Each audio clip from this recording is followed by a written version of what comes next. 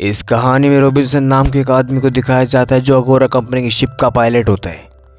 अगोरा कंपनी खोए हुए जहाज़ों को समुद्र से ढूंढती थी, पर अब ये कंपनी बहुत सारे एम्प्लॉयज़ को निकाल देती है, जिसमें से एक नाम रॉबिन्सन का भी होता है। रॉबिन्सन पिछले 11 साल से इसी कंपनी में काम कर रहा था और इससे पहले वो नेवी में भी काम कर चुका था। इस वक्त रॉबिन्सन बहुत उदास होता है क्योंकि इस जॉब की वजह से उसकी वाइफ ने उसे छोड़ दिया था, उसे डिवोर्स दे दिया था और साथ अपने बेटे को भी लेकर चली गई थी। रॉबिन्सन अपने बेटे को बहुत याद करता है। एक दिन रॉबिन्सन अपने दो दोस्तों के साथ एक रेस्टोरेंट में बैठा होता है। दरअसल ये दोनों भी इसके साथ उसकी कंपनी में काम करते थे। इनमें से एक का नाम ब्लैकी होता है और दूसरे का नाम कर्टसन होता है। कर्टसन बताता है कि उसने 1 साल पहले कंपनी ने ब्लैक सी में भेजा था। ये जगह समुद्र में 2200 मीटर गहरी है और ये 5 बड़े बड़े देशों से यानी कि रशिया, तुर्की, बुल्गारिया, रोमानिया, यूक्रेन, इन देशों से घिरा हुआ है। वो बताता है कि जब वो गहराई में गए तो इन्होंने वहाँ पर एक शिप का मलबा देखा जिसमें हिटलर का झंडा लगा हुआ था, यानी कि वो नाजी सेना का था। वो बताता है कि सन 1941 में नाजी सेना ने रशिया से बहुत सारा सोना उधार लिया था और जब इस सोने को रशिया से जर्मनी ले जा रहे थे तो जहाज़ रास्ते में ब्लैक सी में डूब गया था क्योंकि उस शिप में सोने का भार ज़्यादा हो गया था और शिप के डूबने पर हिटलर को बहुत गुस्सा आता है। इसलिए उसने रशिया के खिलाफ जंग छेड़ दी और ये जंग 4 साल तक चलती रही। पर 4 साल बाद जब सर्च ने उस शिप को ढूंढ लिया, इसके बाद जॉर्जिया और रशिया ने सोने पर कब्जा कर लिया। इसलिए अब इन दोनों के बीच में लड़ाई हो रही है। रशिया को सोने की लोकेशन का नहीं पता होता, लेकिन जॉर्जिया को पता होता है। पर जब तक ये डिस्प्यूट खत्म नहीं हो जाता कोई सोने को नहीं निकाल सकता और इस वक्त इन तीनों को पैसों की बहुत ज़रूरत होती है, इसलिए सोने को निकालने का प्लान बनाते हैं। पर इसके लिए इनको बहुत सारे पैसे चाहिए होते हैं, इसीलिए एक बैंकर के पास जाते हैं और उसे पूरा प्लान बताते हैं ताकि वो उनके साथ इन्वेस्ट कर सके। बैंकर इनके साथ इन्वेस्ट करने के लिए हाँ भर देता है, लेकिन वो कहता है कि जितना भी सोना मिलेगा वो उसका 40% लेगा और ये तीनों उसकी शर्त मान लेते हैं। पर इससे पहले वो सोने को ढूंढने जाते इनका दोस्त कर्टसन, जिसने सब बताया था, उसकी डिप्रेशन की वजह से मौत हो जाती है और अब ये दोनों एक पुरानी सबमरीन खरीदते हैं क्योंकि बिना सबमरीन के समुद्र के अंदर नहीं जा सकते।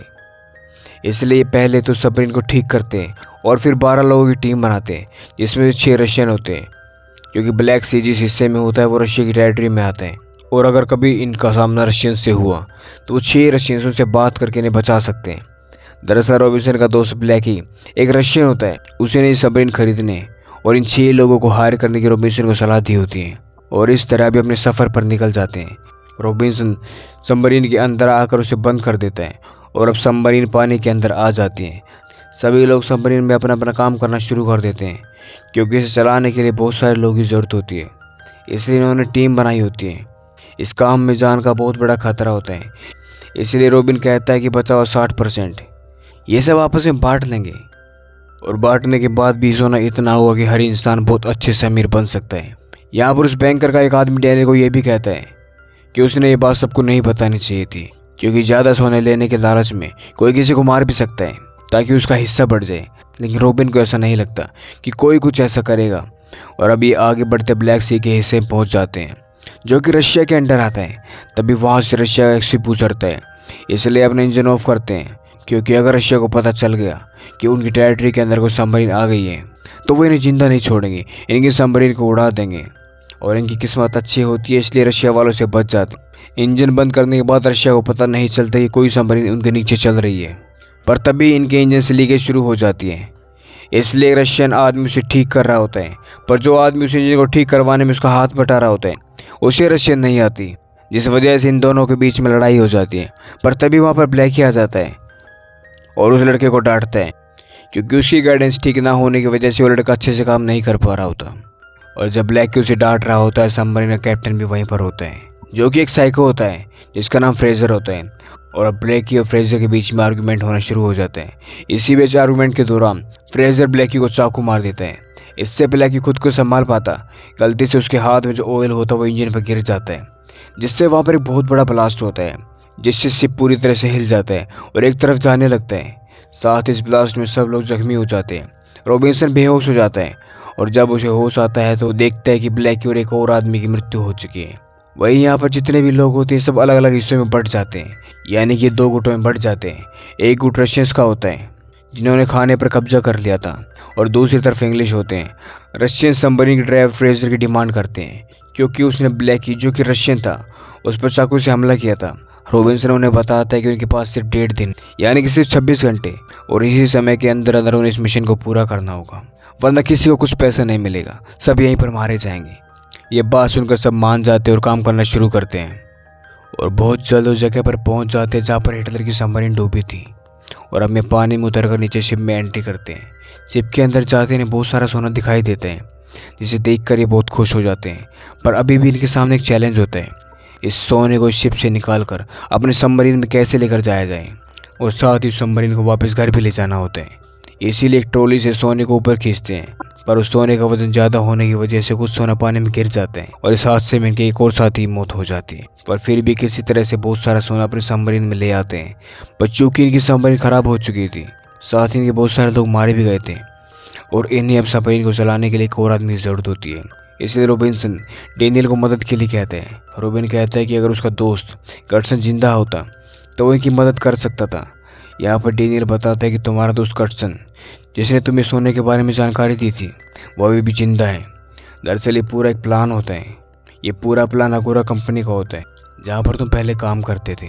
जॉर्जिया ने उसके साथ सौदा किया था कि तुम इस सोने को निकालोगे और इसके बदले अगोरा कंपनी तुम्हें बहुत सारा पैसा देगी। जॉर्जिया खुद इस सोने को नहीं निकाल सकता था क्योंकि उसका रशिया के साथ डिस्प्यूट चल रहा था और अब ऐसा करने से जॉर्जिया और रशिया के बीच में एक बार फिर से लड़ाई शुरू हो सकती है। इसलिए अगोरा कंपनी जानबूझकर अपने बेस्ट एम्प्लॉयज़ को निकाला ताकि उन्हें इस प्लानिंग में फंसाया जा सके। अब रॉबिन्सन को समझ आ जाता है कि ये सब अगोरा कंपनी की चाल है, इसलिए अब सबको डेनियल पर गुस्सा आता है और वो उसे मारना चाहते हैं। पर रॉबिन्सन सबको मना करते हैं और डेनियल को एक कमरे में बंद कर देते हैं। साथ ही वो मिलकर डिसाइड करते हैं कि वो इस सोने को दूसरे देश की सीमा पर ले जाएंगे, जहाँ पर ना ही जॉर्जिया और ना ही रशिया होगी, जहाँ ना ही जॉर्जिया ना ही अगोरा कंपनी के लोग आ सकते हैं। ये सबमरीन को तुर्की की तरफ ले जाते हैं, पर आगे का रास्ता काफ़ी संकरा होता है, यानी कि सबमरीन के लिए इस रास्ते की चौड़ाई बहुत कम होती है। पर यहाँ एक रशियन मैकेनिक होता है, वो कहता है कि वो सबमरीन को यहाँ से निकाल सकता है, पर सबमरीन का ड्राइवर फ्रेजर कहता है कि ऐसा नहीं हो सकता। और इस तरह रॉबिन और फ्रेजर के बीच में बहस हो जाती है और जब रॉबिन वहाँ से चला जाता है तो डेनियल सबमरीन के ड्राइवर को उकसाता है। वो कहता है कि तुम रशियन मैकेनिक को मार दो, जिसके बाद हम इस सबमरीन को सतह पर ले जाएंगे। और इस तरह ड्राइवर फ्रेजर डेनियल की बात मान जाता है क्योंकि वो एक साइको होता है और वो रशियन ड्राइवर को मार देता है, जिसके बाद इंजन अच्छे से काम नहीं करता। अब रॉबिन को पता चलता है कि वो मैकेनिक मर गया है, तो रॉबिन डेनियल के पास आता है क्योंकि उसे पता था क्योंकि मैकेनिक को डेनियल फ्रेजर ने मारा था। वो इन दोनों को मार देते हैं। दूसरी तरफ एक रशियन इंजन को ठीक करने की कोशिश करते हैं, जिससे अब सबमरीन के अंदर पानी आना शुरू हो जाता है। पानी का बहाव बहुत तेज़ होता है। रॉबिन 3 सेफ्टी सूट निकालते हैं जिससे वो ऊपर सतह पर जा सकते थे। रॉबिन अपने 2 साथियों को, जिसमें एक रशियन और एक ब्रिटिश होते हैं, उन दोनों को सूट पहना देता है जिससे वो सतह पर पहुंच सकते हैं। और जब वो रॉबिन से पूछते हैं कि तुम्हारा क्या होगा, रॉबिन कहता है कि इसमें एक सेफ्टी ट्यूब है, मैं वहाँ से बाहर आ सकता हूँ, तुम तक पहुँच सकता हूँ। जो ब्रिटिश लड़का होता है वो सोने की एक ईंट उठाकर अपने साथ ले जाने की कोशिश करता है, पर रॉबिन कहता है कि तुम ऐसा सोचना है भी बहुत, क्योंकि सोने का वजन बहुत ज़्यादा होता है, जिसकी वजह से तुम ऊपर नहीं पहुँच पाओगे।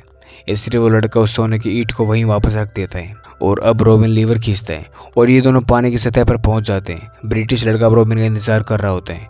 तब रशियन उसे बताता है कि वो अब ऊपर नहीं आ सकता क्योंकि सबमरीन में कोई सेफ्टी ट्यूब नहीं होती जहाँ से बाहर निकल सके। अगर किसी को निकालना है तो किसी दूसरे इंसान को लीवर खींचना होगा और उस लीवर खींचने के लिए सबमरीन के अंदर होना ज़रूरी है। सबमरीन में हम रॉबिन को दिखाया जाता है जो एक जगह पर बैठा होता है और अपने मरने का इंतज़ार कर रहा होता है और आखिरी वक्त में अपने परिवार को, अपनी वाइफ और अपने बच्चे को याद कर रहा होता है। और इसी के साथ ये कहानी यही ख़त्म हो जाती है। उम्मीद करते हैं आपको ये कहानी पसंद आई होगी। अगर आपको ये कहानी पसंद आई तो चैनल को सब्सक्राइब करना ना भूलें। मिलते हैं अगली कहानी में।